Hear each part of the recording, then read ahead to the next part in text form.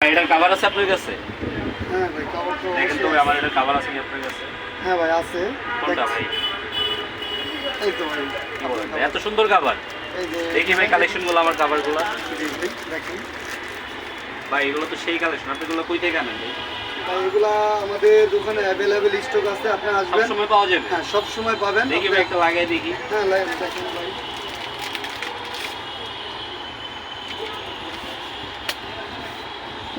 অস্থির কালেকশন ভাই, এটার দাম কত রাখবেন ভাই? আমি কিন্তু আপনার দোকানে ভিডিও দেখে আসছি। যদি ভিডিও দেখে আইসা থাকেন তাহলে তো আপনার সাথে আর কোনো কথা নাই। কত?